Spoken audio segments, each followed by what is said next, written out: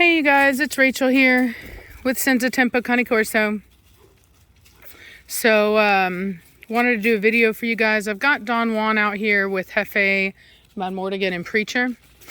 And I wanted to do a video just kind of talking about why I recommend females to certain homes in certain circumstances. And it's something I think a lot of people haven't thought of. And so I wanted to kind of make this video to kind of help people understand why a female Corso might be better for them than a male Corso. So number one is that females are better with families. They're more tolerant of children, and they just do better with families than males. I've never met a female that wasn't tolerant of children.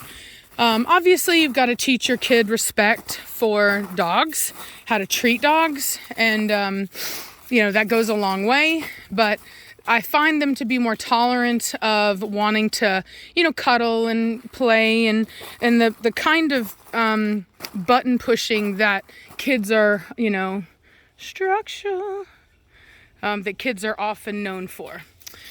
So, my Mortigan, come back over here now. Let's go. Both of you. Don Juan. Good boys. Good boys.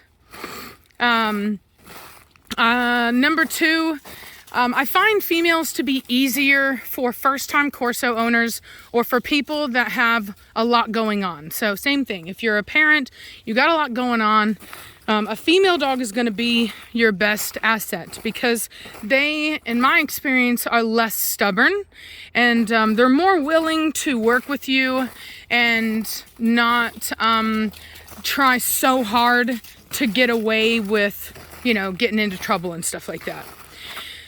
And on that same token, I guess that would go with, they're easier to manage. So that would be like number two. They're in general easier to manage. They're not as stubborn. They're not as dominant with family members. They're more willing to be submissive naturally without you having to, go through the trouble of, showing them who's boss or whatever, you know what I mean? Like they're less likely to push those kinds of boundaries, and they're more likely to just naturally fall into place and into as far as like where they belong in your family.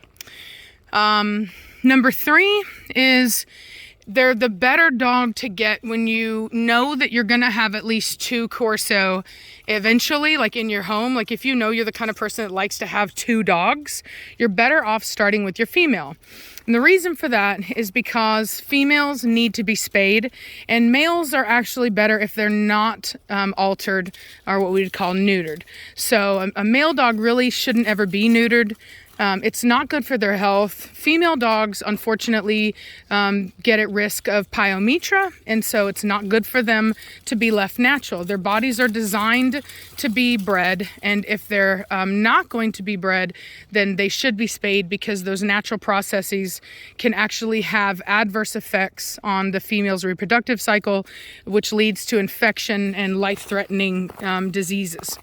So, and very costly vet bills on top of that. So it's better to get your female, raise her up until she's old enough to be spayed, and then look for your male. And there's two benefits to that. One, there's no risk of accidental breedings because you've already spayed your female before you brought her in.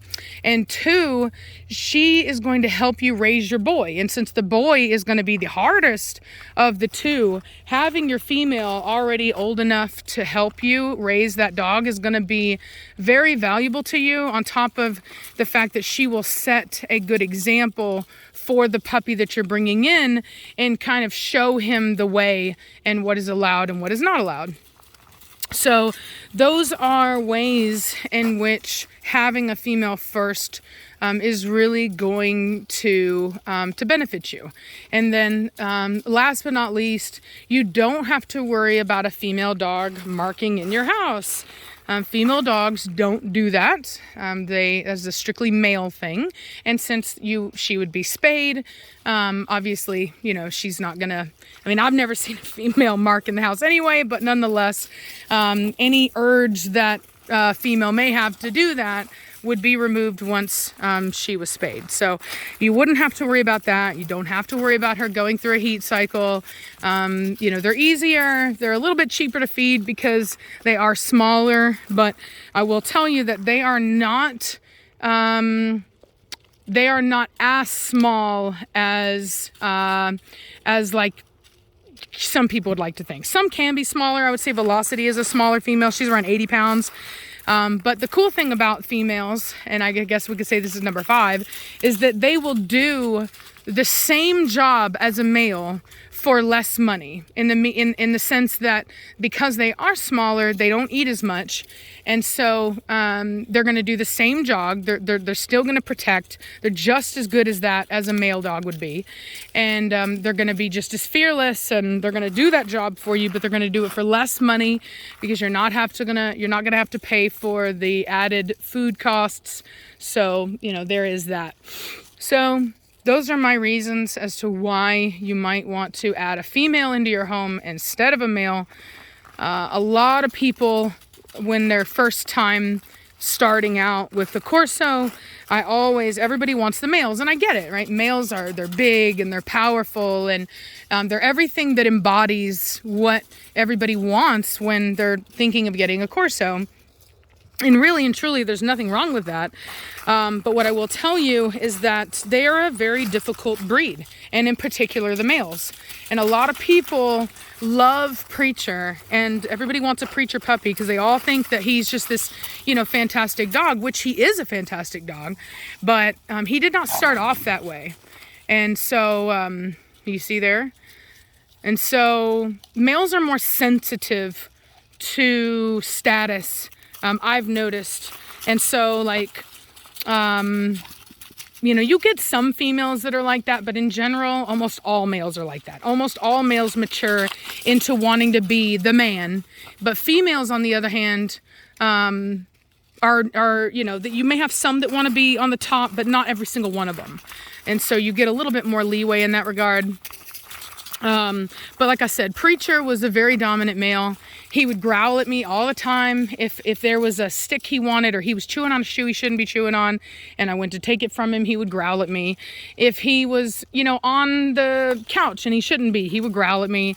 There was just, if I told him to sit, in fact, I used to have, before I deleted my Facebook, I had video of him, but I was doing some leash training with him, and I would tell him to sit, and he would ignore me, tell him to sit, really get onto him, with a collar correction, just not really get onto him, but you pop the collar, and so it makes a sound, and it kind of tugs on the neck a bit, and it's like, hey, you need to sit. And then he would do this, he would do that whole thing. So just always attitude. He didn't want to have to do what he was told to do. He was, wanted to be a friend. He didn't want to be my dog, if that makes sense. And so I would say that he resented having to be told what to do. And I have not found that from a female yet. She may get distracted. She may outwardly kind of ignore you in a very passive way. But the downright just, straight stubbornness and, whole, I'm gonna growl at you, I'm gonna assert my dominance over you thing. I've not seen that in females. Not one female has ever growled at me over me trying to take something from them. Cashmere had a little bit of food aggression when I first got her, but we got rid of that real fast. And they're the only dogs that I've ever had that have had any kind of food aggression whatsoever with us. And like I said, it has no bearing on who they are or their puppies or anything like that. So anyway, so Hefe is being very submissive right now because he got in trouble.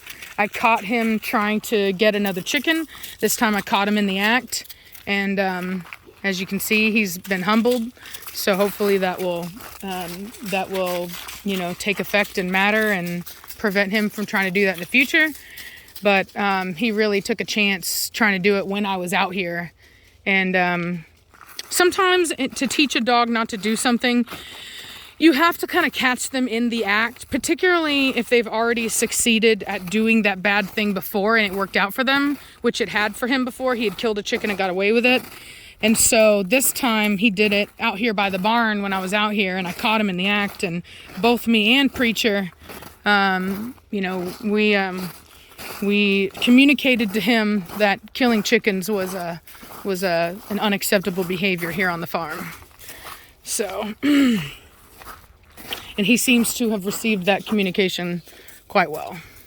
And no worse for the wear, just his ego is hurt. So, anyway, so the males are a lot of work. Preacher was a lot of work. And they are a challenge if you want a challenge, if you like a challenge, but it's important to recognize your limitations. So if you're new to the breed and, you've not ever had something as dominant and stubborn and intelligent and big as a Corso, you should start off with a female. If you have a family and you don't have the time to dedicate to raising the dogs in the way that would be necessary for a male, get a female. They are just as beautiful. Many of them are quite large. Really big. Mona is a huge female, and Nirvana's not small either. I used to take Cashmere out, and Cashmere was not even that big of a dog, and people, they used to think she was a pit bull. That's the biggest pit bull I've ever seen, and she's a female, and not even a big Corso. Let's go, now. Preacher, come. Hefe, come. Hurry. Watch out. Good Lord, they got mud everywhere. Come on, let's go. Preacher, come this way. Don Juan. Good boy, Hefe. Good boy. Good boy, Preacher. Come on, Don Juan, let's go this way. Come on, boys. Don Juan, come. Guess he's waiting to see if we all come that way or not. Don Juan, let's go. Hurry. And good boy. Good boy, come on. No. Don. No. Where's he going? He's headed off. And there you go. And so when they do that, you got to go after him now. You can't let them get away with it. That's the one thing you can't do. It's not a crime for them to do what they want to do. It's going to happen. You know what I mean? It's a puppy, stubborn, not been worked with a whole lot. So I have to come in and tell him that when I say something, I mean it. Hey, psh, Don Juan, get your butt out of that. Let's go. Come on. Psh, come on. Let's go. Good boy. Good boy. Come. Good boy. Come on. Good boy. Come on. Let's go. Come on, dogs. Let's go. See, I use my voice as positive reinforcement, as communication of what's right and what's wrong. That's my preferred method. Don Juan, let's go. See that tail up like that? That he is so full of himself right now. You get your butt over here right now. Don Juan, now. Come. Look at him. Flat out ignored me again. That's what happens. Hey, psh, you get your butt over here now. Let's go. Mad Mortigan, come. So I really need to get on to him. See, and this is what sucks, is when I'm filming, I can't just put the camera down and get onto them. And that's part of the problem. Because if I wasn't filming, I would just get him and put him down. Preacher, watch him. Preacher, what's that dog? Preacher, let's go get him. Just get that dog. Let's get him. You're a good boy. Hey, get him, Preacher, watch out. Mad Mortigan, leave it. Nobody worried about you. You come here. So I grabbed him up. Come on, let's go. All right, he's not going to move, so I'm putting him down here. No, you will not try to get out of it. He tried to run out the door. So he's not. There we go. Hold on, let me back out. So I finally got him all the way down. It's bad. No. Mouth bite. It's bad. You cut it out. You get up. Let's go. Now. Come on. Move it. Everybody. Let's go. Come on. Let's go. Come on. This way.